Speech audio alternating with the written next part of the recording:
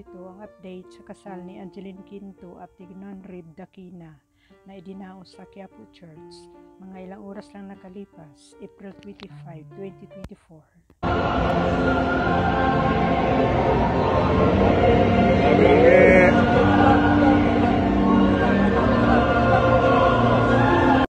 Naglalakad si Angeline sa aisles patpunta ng altar at naghihintay sa groom. Sinalubong naman ito ni Nonrib, hinawakan ang kamay at sabay sila papunta sa altar.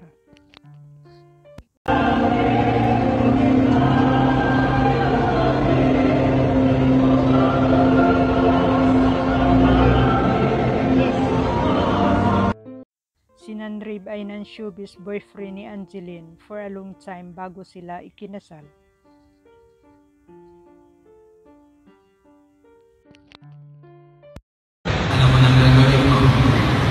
You may now kiss the bride.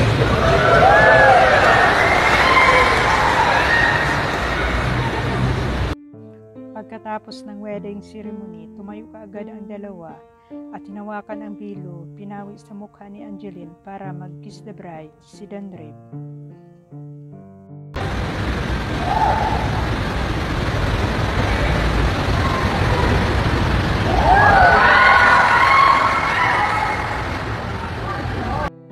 Isa sa kanilang principal entourage, sina Eric Santos, Sara Geronimo, at nandoon din si Mateo, ang asawa ni Sara, at si Dr. Becky Bello.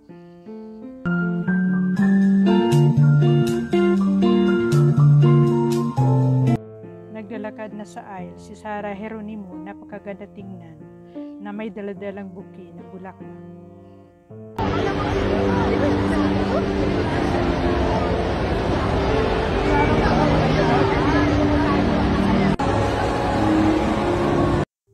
Maraming fans at supporters si Sara Geronimo habang naglalakad sa aisles papunta ng altar.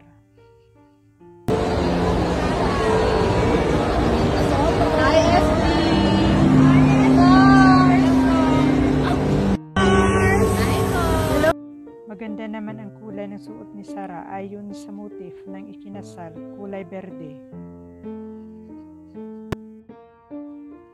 Mukhang nainitan si Sara Geronimo, binaybayan ito ng kanyang asawa na si Mateo Gedicelli at dumalo din sila ni Kim Cho at ang iba pang mga kaibigan kasama ang kanilang direktor.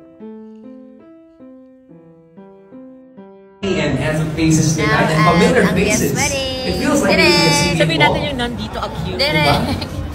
But this is really a family affair, and you know what they say.